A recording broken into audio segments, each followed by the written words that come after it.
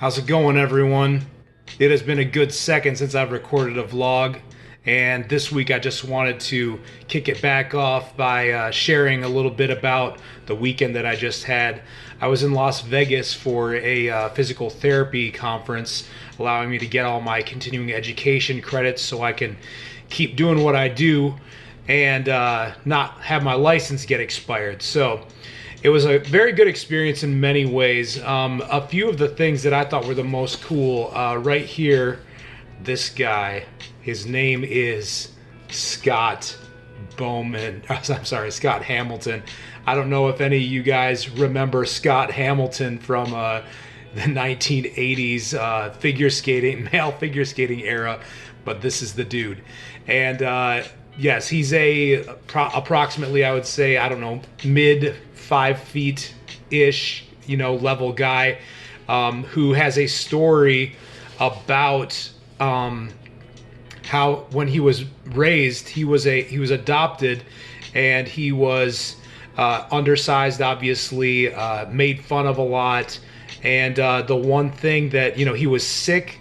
He for 4 years, his mom just kept taking him to different clinics, different doctors, and they all said, you only have so much time to live. The final doctor at Boston's Children's Hospital said, you know what, we can't figure out what's going on, man. So this is what we suggest. We suggest you enjoy life, have fun, do what you do. Be a normal kid, enjoy yourself, and enjoy your life for as long as you've got. And so Scott went home, and he and his mother were trying to figure out, what they could do to, just for him to enjoy. And so he went to an open skate at a nearby skating rink, and he loved it. So then he, begged his mom, please let me go back, let me keep going back. And so it turned from a once a week thing to 3 times a week, to every day, to the point where this is all he wanted to do, and he was getting really good at it.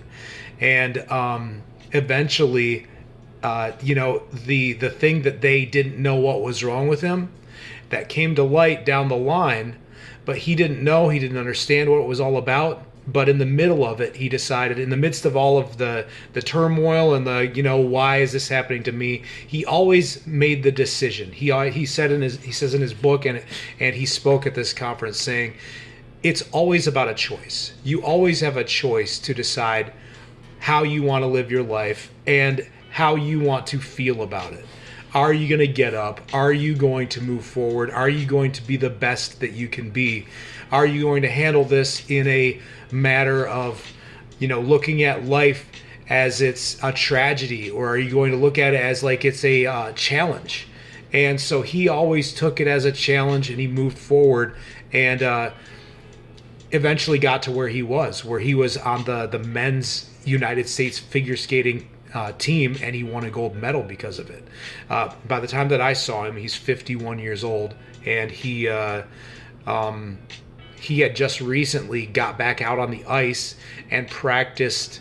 He got himself back up to speed. He was doing a double axel, and he said, and then the next thing I know, I have that familiar look where I'm looking up and I'm seeing the ceiling above me. So he fell during his run, his comeback at 51 years old.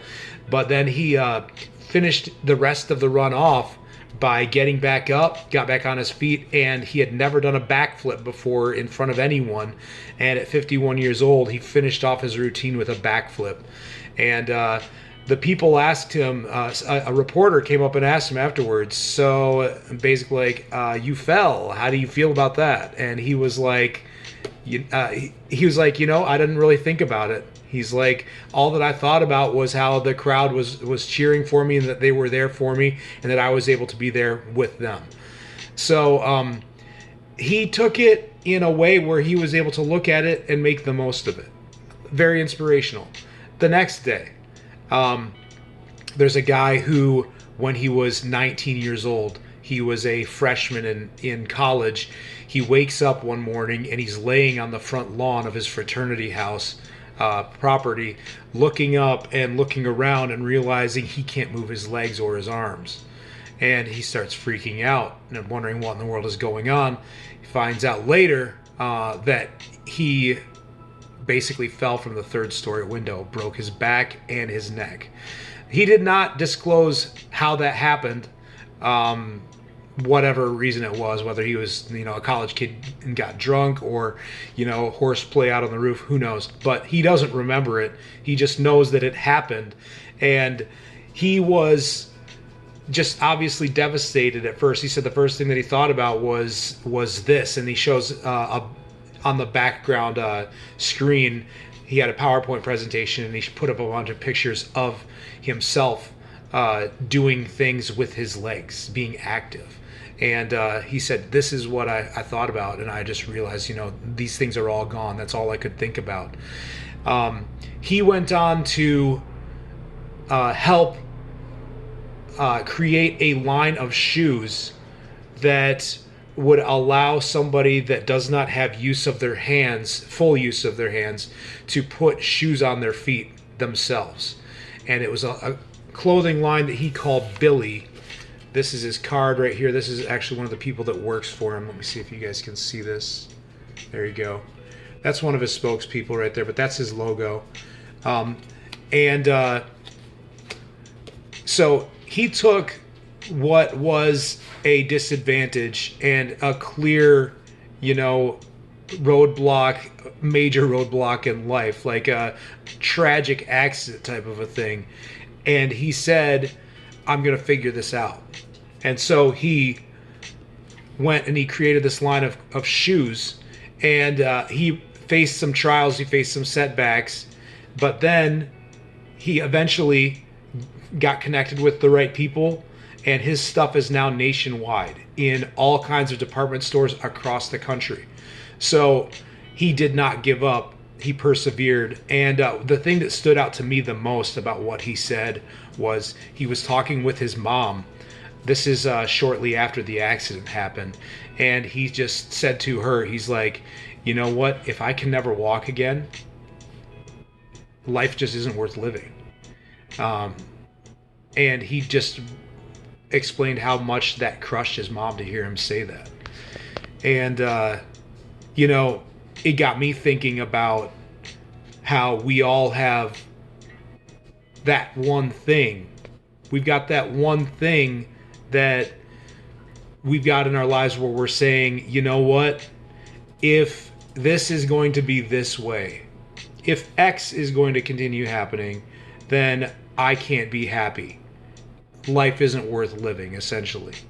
Now, he had a legitimate life-altering issue.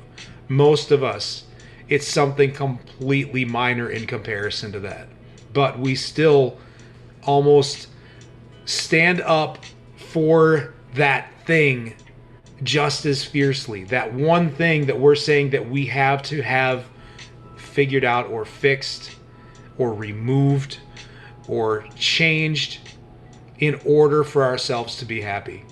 And I guess so I went and I talked to him afterwards. I talked to him after his presentation, and I just told him, how encouraging and inspirational that was. And we were just talking about how, look at what he did after he said that. After he said to his mom, life just isn't worth living if I can't walk again. He made the decision that life definitely was worth it, and that he could contribute to the world, that he had value, and that he was going to do it through this method. And had he not decided that, had he said, you know what, I'm sitting this one out, what if he had committed suicide? Or let's say less than that. Let's say that he just sat on the sidelines. Let's say he sat in his house and was just depressed and moping the rest of the time, the rest of his life. Let's say that he was holding that thing in bitter hands, saying, you know what, I can't let go of this. This is who I was. It's not who I am now, and life isn't worth living right now. All of the things that he accomplished would have never come to fruition. Same thing for Scotty Boy, Scott Hamilton. Had he not made the decision, I'm going to get up when I fall down. It says at the beginning he was more used to losing than he was to winning. That's what this dude is all about. He's all about moving forward, and he's all about understanding that things are going to happen before you get them down. In one of the courses that I took, they were talking about the neurological amount of times that you need to do something before it will get locked into your memory, as in like it's basically muscle memory. They said you had to do 8,000 repetitions of something. This is what children do when they're growing up. When we're talking about they are starting from birth and they're starting to crawl, and they're learning how to roll over, they're learning how to do all of these little basic things. These things are because they do them over and over and over again. And if you watch kids, all that you see them doing is they're wiggling around on their backs, like they're a turtle that you flipped over or something, and they're just, belly up, they can't move. All of the things that they're doing, all of the motions that they're doing, every little thing that they're taking in, and the physical aspects to that arm, the flailing arm motion and leg motion, those things are all adding up into coordinated ability that they are locking into their brains. And it's the same thing for us in the mental aspect of it. The mental aspect of it is that we have control over what we want to think and how we want to respond to situations. A lot of times what happens is our emotions get the best of us, and we want something so bad, and then if that thing doesn't happen, or if it looks different from what we thought that it was supposed to look like, then we don't know how to handle it, and so we retreat, we step back.